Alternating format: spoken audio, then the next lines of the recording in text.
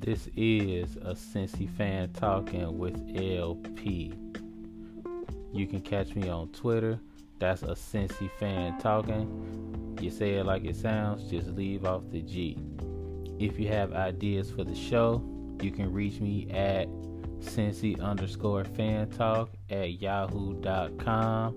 If you have any suggestions for the show, make sure you leave them there. Who knows, you might find yourself as part of the show.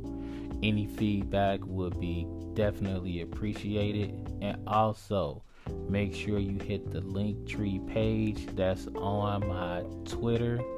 Make sure you click on that. You can find all the different ways to contact me there. Enjoy the show.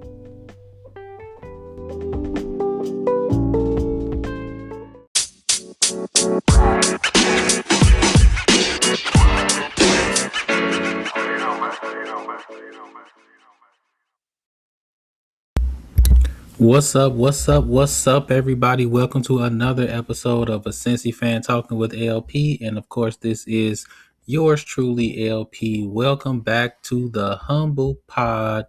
Appreciate you kicking it with us for, a good 30, 40 minutes, however long this takes. Won't take up too much of your time, but definitely appreciate you hanging out with us. As always, we're talking about the Cincinnati sports scene, and we're talking about pretty much whatever pops into my brain that I feel like talking about at the moment. So, it should be a pretty good episode. Whenever the Bengals beat the Steelers, it is absolutely awesome. So, we're gonna jump into that first because it was the way they beat the Steelers that kind of made me think about what we're going to talk about right now, because it didn't even look close. The game looked like the Bengals were supposed to win, and they came out and did what they were supposed to do. That's exactly what it looked like. But check this out. While we're all watching the game, everybody just kept getting that feeling that the Bengals was about to mess it up. Whenever the Bengals play the Steelers, historically, the Bengals will have them down 14, 17 points. And then little by little, you can just see Big Brother start getting it back into gear. And fourth quarter, we down 3. Fourth quarter, we down 10. And we looking like, damn, how the hell did this happen? And normally it's because you don't feel like you're supposed to beat that other team. So you start playing over your heads. And at some point, you're going to come back down. That's what always seems to happen. Last December, when the Bengals played the Steelers, it didn't feel like that. The first game felt like that of last season. But the second game, Monday night in Cincinnati in Paul Brown Stadium, it really felt like the Bengals belonged. It hadn't felt, even when the Bengals make the playoffs and they're seated higher than the Steelers, it just feels like they don't belong on the same field with the Steelers. And when we beat them, it's like we just lucked up and beat them. That's what it normally feels like when the Bengals play the Steelers. The last 2 times these teams have met, the Bengals felt like they were the better team, and they played like the better team. I was really looking closely to see if it was like, oh, yay, woo, we finally did it. We beat the Steelers. I was looking to see that. And for the most part, it wasn't really that. It was like, we came out and did what we were supposed to do, which is what it should be. As big as this game is around here, it's the 3rd game of the season. Real talk. It's game number 3. You got 14 more games. And the more you win, the more important the games are. That's how it goes. Now, if you lose these games, you're just playing out the string and it's not really that important.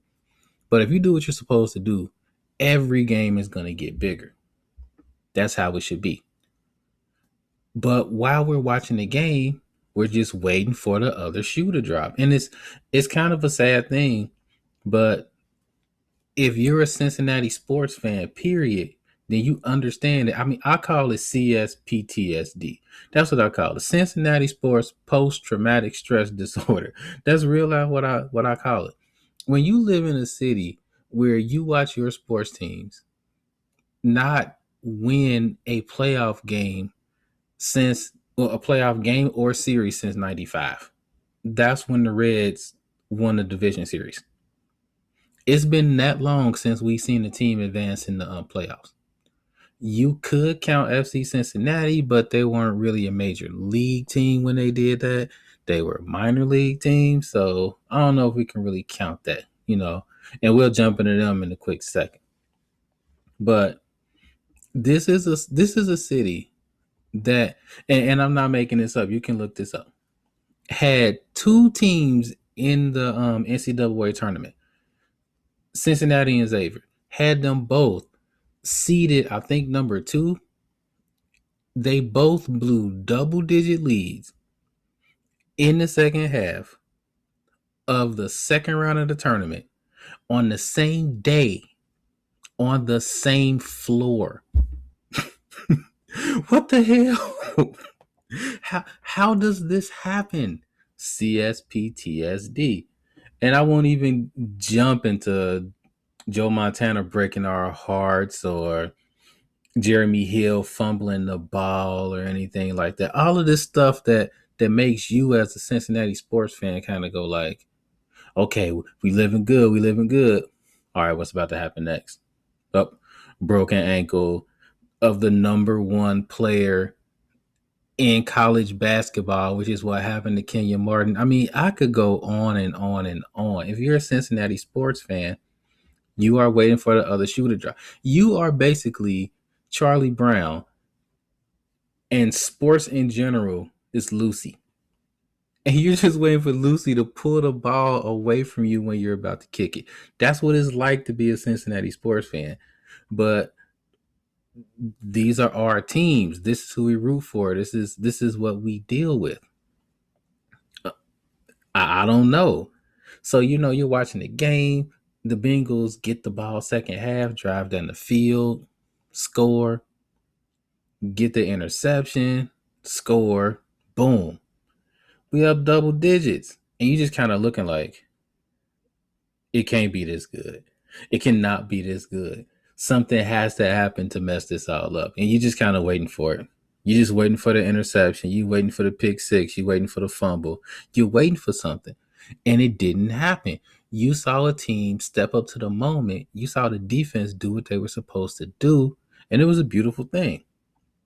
Now, I will say, after the game, all of the talking about how the Steelers quit and this, that, and the third.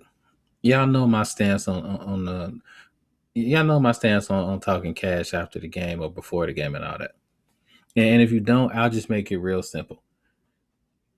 You are a professional athlete, and the line between you and most professional athletes is very, very, very slim.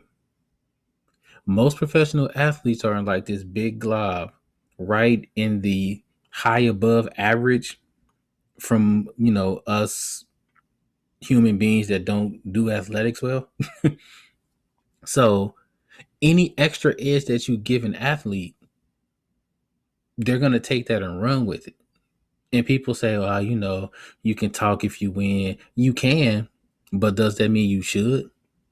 I mean, I can take 3/5 of Hennessy to the head right now, but does that mean I should? It's not a good idea. That's what I'm saying. It's not a good idea to talk reckless about a team that you're going to see later on in the season and it's going to be worth more. You can't do that. You got to harness that in. And to be honest, we haven't won much. We're 2-1. I mean, we got to pump the brakes just a little bit on the talking reckless. We should be 3-1 come Thursday. But again, all of these people are professional athletes. They make their money just like the other people do. So, I mean, a slip here and a slip there, and you lose about 14 to the Jaguars. That's how it goes in the NFL. So you really got to watch what you say about these athletes because they're listening and they're going to use that as fuel. So just be careful. That's what I would say. But this whole Cincinnati sports, PTSD thing, like it it's kind of real. And what you don't want to do is like sink into all of the other sports, but it basically has. I mean, you look at the Reds, and the Reds were like moving in a great direction towards the playoffs. All of a sudden, the ship sinks. And a lot of that had to do with the Cardinals just blowing up and playing bananas. I mean, even if the Reds had gone, I don't know, 11-5 in this past 16 games, they still would have lost 5 games. So I don't know if you can call this the Reds blowing it, but they surely didn't help themselves. I mean, they really didn't. And then you got FC Cincinnati, and this is this is building up to what we're seeing in Cincinnati sports. And I've seen a lot of people on Twitter, talking about, oh, well, you should have expected this from a Cincinnati team. This is kind of uncharted territory for us. We don't really know how to feel about it because they're new. They're a brand new squad. We expect them to struggle, and they built so much goodwill from what they did in USL. So you build all that goodwill. You get the brand sparkling new stadium. You're in there. You're not playing well, but we expect that, especially in a newly found soccer city such as Cincinnati. We're still living off of what they did before, but I can say this: it's not gonna last much longer. It really isn't, and it doesn't have anything to do with the Bengals playing well or the Reds playing well.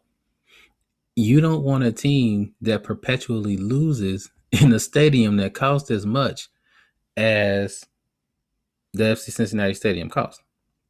You really don't want that, especially all the stuff they had to do to get the stadium in that spot. I mean, a lot of people had to be relocated for that. I mean, a lot of things had to happen, and FC Cincinnati, they did it well. They put a lot into the community that they built the stadium in too. So no hate there, but for us as Cincinnati fans, it's more like you built all this goodwill. You had a team playing great on the minor league level, and now they get up here and they are trash, for lack of a better word. And we can stand it because that's kind of the expansion model for the most part.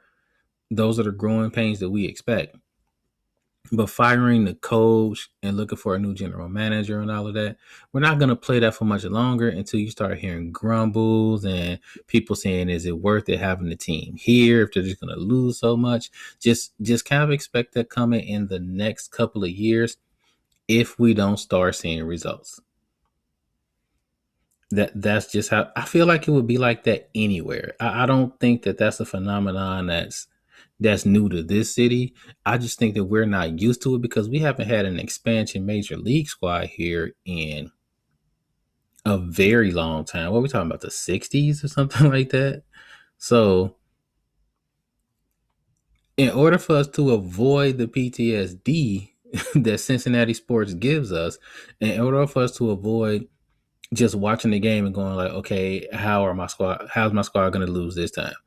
I mean, it's to the point where my wife, she stopped watching the field goal kicker kick the ball for us. Like, she turns to the side, and I'm like, McPherson's good. And like, this isn't Chubby Randolph. Like, like he can actually kick. She's like, I refuse to watch. She won't watch the Reds games because she feels like if she turns to it and they start losing, it's her fault. I'm like, they can't hear you, they can't see you. Like, it's not on you. Like, but that's to the point that we've gotten. We're like, there has to be greater forces at work for the things that happen to us to happen to us. She cannot let go the Reds being up 2-0 on the Giants in the division series and them coming back home to Cincinnati and losing all 3 games. She's silly. She has replayed every swing from the Jay Bruce at bat. Like, she knows every swing. She's like, okay, foul, foul. I remember that was a foul. I remember that was a foul. I'm like, you gotta let it go. She's like, I can't. It's that CSPTSD. She's like, I can't let it go. She's like, you just start expecting bad things from your Cincinnati sports teams.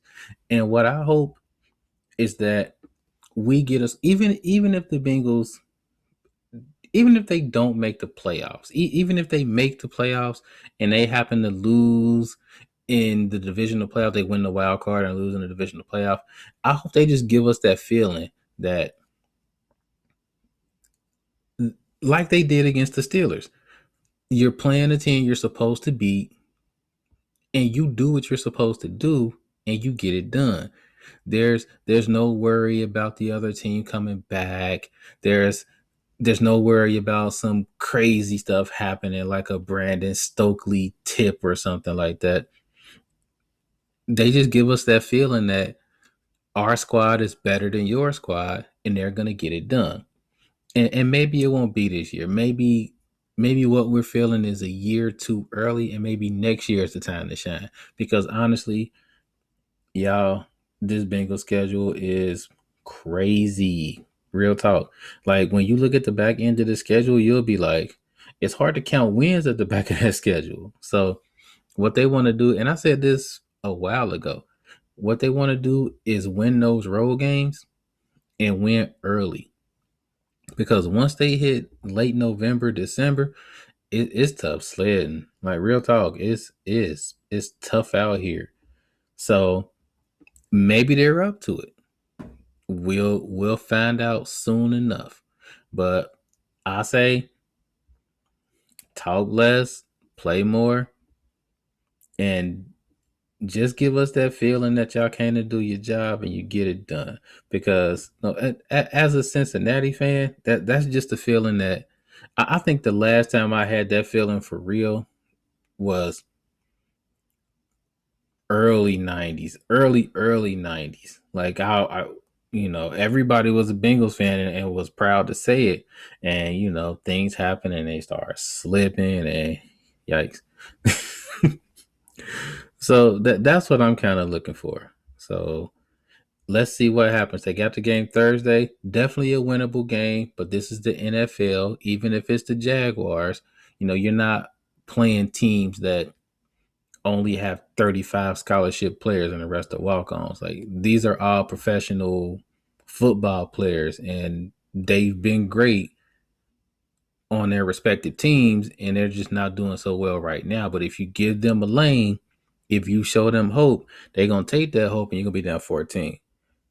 So we make sure we do what we do. We should get a dub. You got a Cincy fan talking with LP, and of course this is LP. We'll be right back in a second.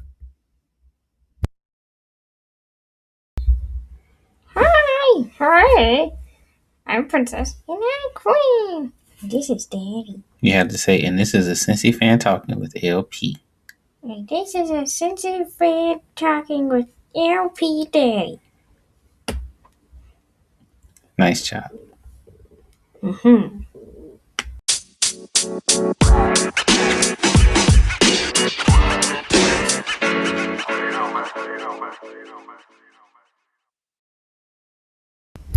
Welcome back to the pod. Hey, shout out to my main man, Jim, over there at the Friday night music party. He's been doing some real cool stuff with that pod. You can definitely catch his Twitch stream. That's going every Friday around 6:30 p.m. That's Eastern Standard, of course. If you haven't caught it before, make sure that you do. He does a really good job of getting everybody involved. If you log on to the Twitch stream, you can interact with everybody and you can kind of chat with the host. It's a real good time.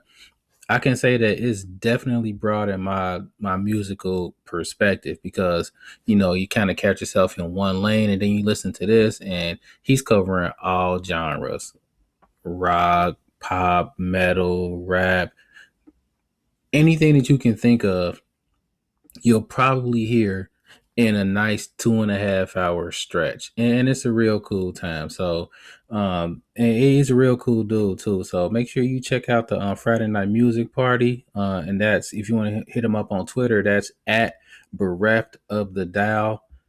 On the dial. I'll make sure I put that in the music in our liner notes or whatever. So make sure you check that out.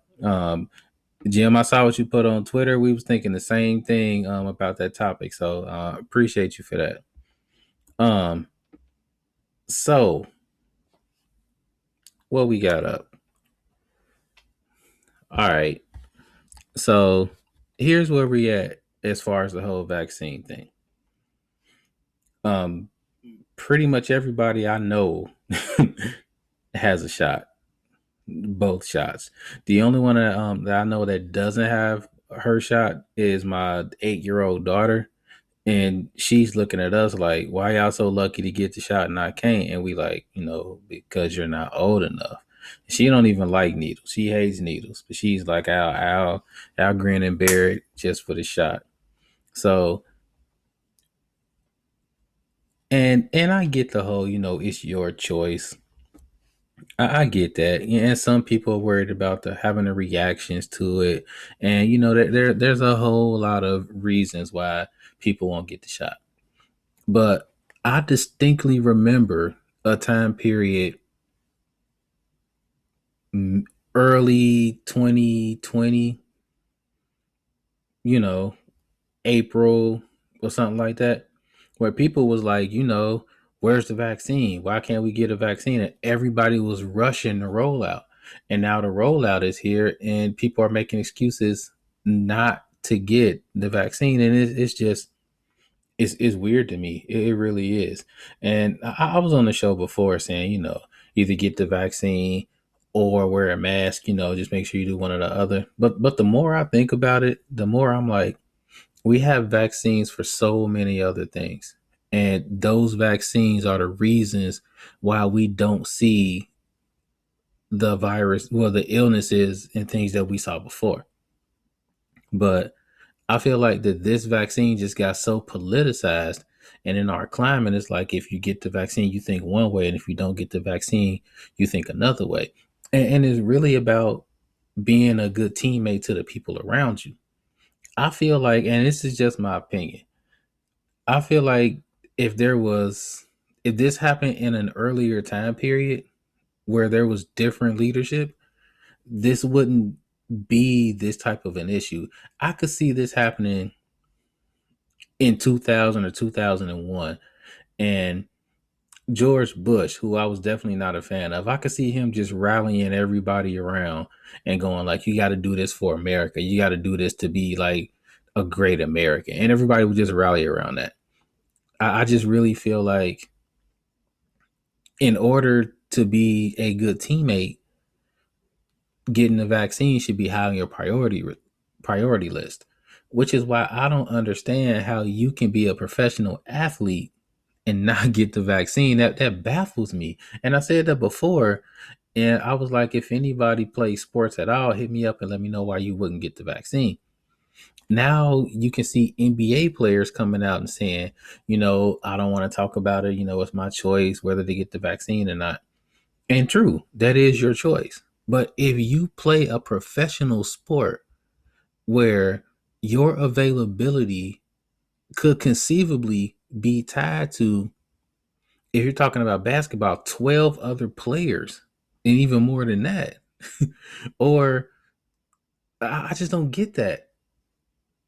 You could possibly affect the livelihood of everybody around you on your team, and you're still like, I'm not going to get the shot. You have players that may not be able to play in home games because they're deciding not to get the shot. I I just think that's absolute foolishness. I don't know. I mean, if it's me, I don't want to be the reason why my team loses a game because we don't have enough healthy players because I decided not to get the vaccine. That's just me. I don't see how you can call yourself a good teammate and not get the vaccine. That's just kind of where I'm coming from. Because if you're a good teammate, you're willing to put your political biases, you're willing to put all of the stuff that kind of makes you individualized. You're willing to put that on the back burner for the good of the team. You're willing to humble yourself and make yourself part of a team by doing things to help the team. Like, I don't know, getting the vaccine so nobody else gets sick. Like in the NFL, if you have to if you have to miss a game, well, if the team has to miss the game because of COVID, that's a forfeit. Things have changed now. Like it's a forfeit. They're not saying, okay, well, we'll just push it back a day or two. They're like, no, you're forfeiting that game. And on top of that, that team that had the forfeit, they have to eat all of the costs that are part of that game. And I don't know if y'all know this, but it costs a lot of money to get all of that equipment to and from a game. We talking helmets, we talking shoulder pads, we talking knee pads, we talking the tape to wrap them up with. All of that stuff got to get to the place somehow, right? We can't just magically float it there. We can't FaceTime it, like. And why would you want to be a part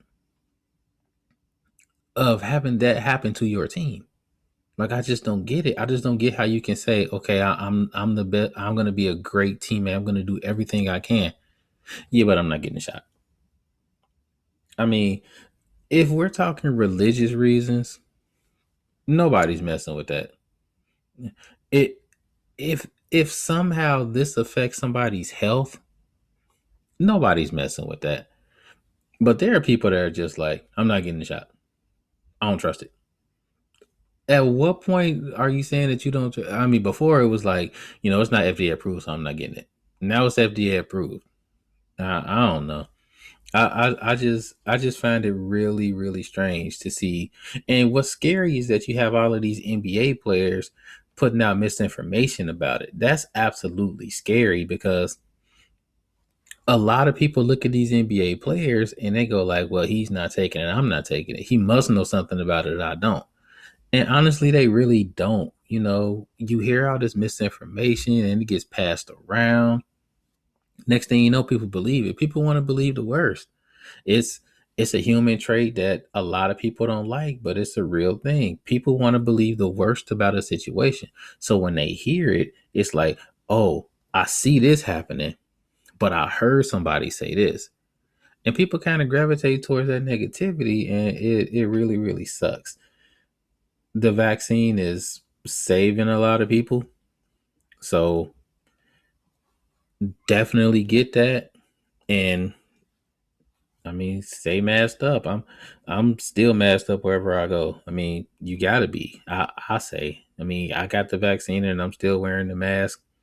And people are like, "Well, how come you wearing a mask if you got a vaccine?" This just shows the vaccine doesn't work, which also doesn't make sense because people get the flu vaccine and they still get the flu. It just doesn't affect them as much.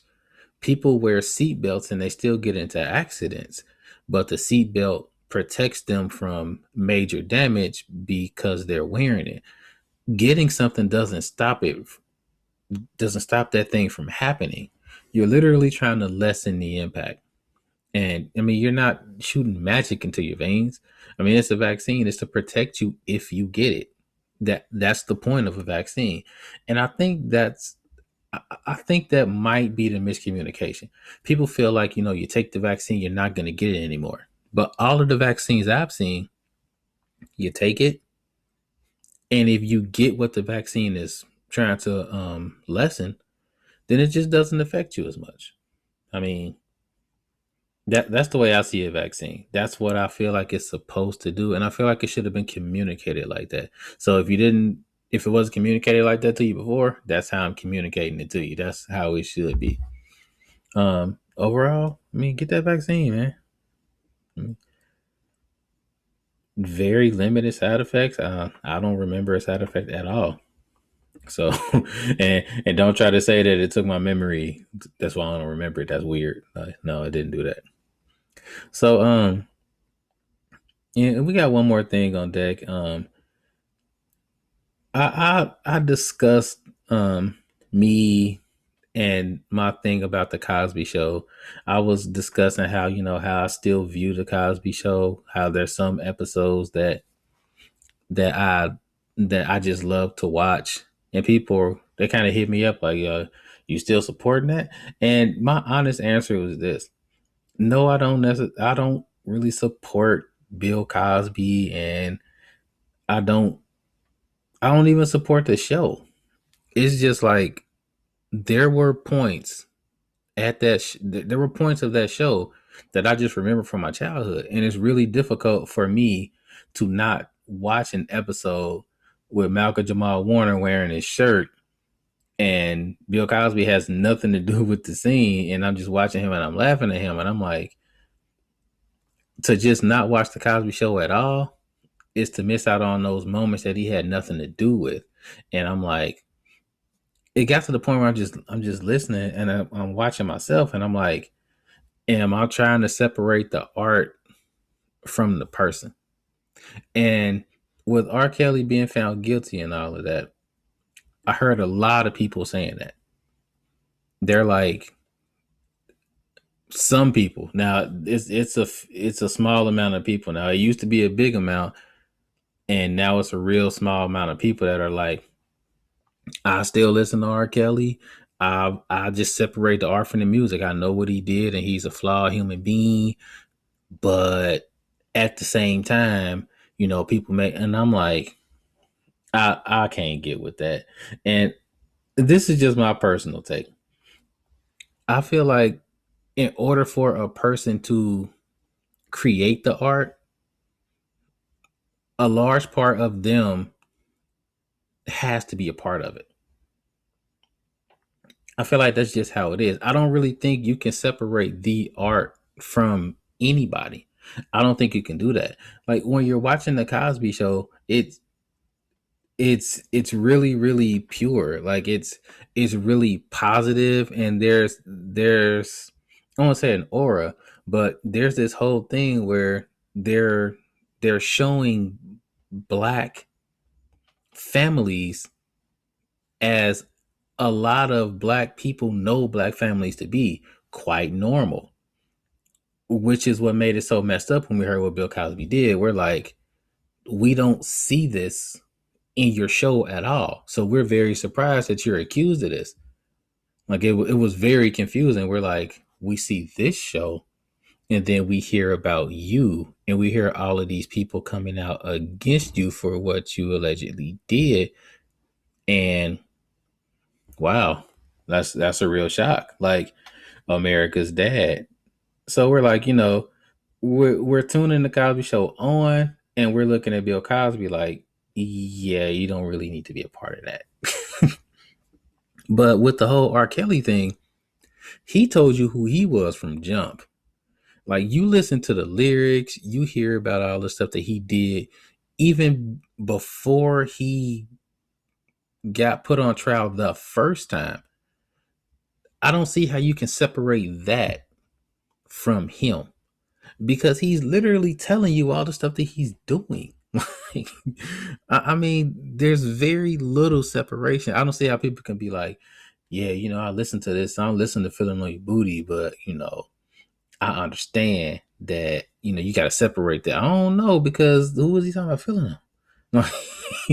Like I don't, I can't really get with that. Um, I think there are like a few radio stations that still play R. Kelly songs, like on Sirius XM or whatever, and the wife would turn it off super quick. And she was like a big R. Kelly fan back in the day, and she heard what happened. She was like, nope. She was like, I'm turning in that card. Leave that alone. It's over with. It's a wrap. And I think this is just my personal opinion. Separating the art from the person depends on the art. Like a person can do, nobody's perfect. I get that. If a flawed person puts out music or does things that you can look at and be proud of, I could see how people could gravitate to that. Like I could understand that a little bit. And it would depend on what the person did. But in this instance, and I feel like you have to take it on a case by case instance. This isn't a one size fits all thing, because there's some people out there that have done some real messed up stuff, and everybody still supports them. No issues at all. It's like, why are you not supporting so and so?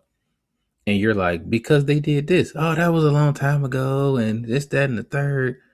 So that box doesn't fit them.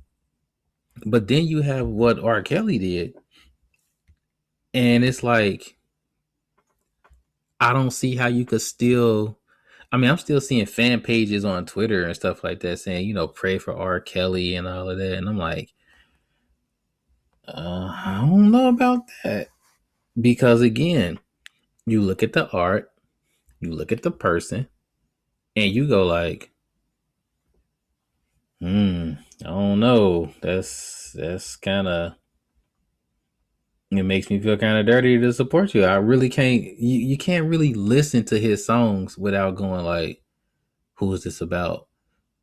Why is he saying this? I mean, when a man puts out like a 24-minute song that says "I admit it," like that's just touching. And then you have other people, like a Bill Cosby, that has done things, been accused of things, got found guilty of things. But then you look at the art that they put out, and you go like, I could see why people still roll with what they put out and still not support the person. Like I could get that. I could really understand that. But there are some cases where you just got to get the person and the art out of there, because when you look at it in its grand scope, the art was kind of telling on himself when you listen to it closely. So I'm like, oh, you just leave that whole thing alone and just leave that to rot somewhere. I'm good. But I mean, that's my take. I mean, if you got a different take, let me know. Hit me up on Twitter. Get at the voice message. I'll be happy to play it for the folks, and then we can kind of chop it up and talk about it. But we're gonna go ahead and roll out for this particular episode. And y'all know where the family. Y'all know where I'm at. You can hit me up on Twitter. That's a Cincy fan talking. Leave off the G. You know how it go. But until I see y'all again, life is good. Peace out.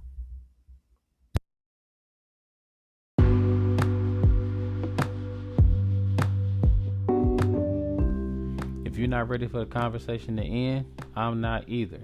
Make sure to catch me on Twitter. That's a Cincy fan talking. Leave off the G at the end of it, and we can keep the conversation going.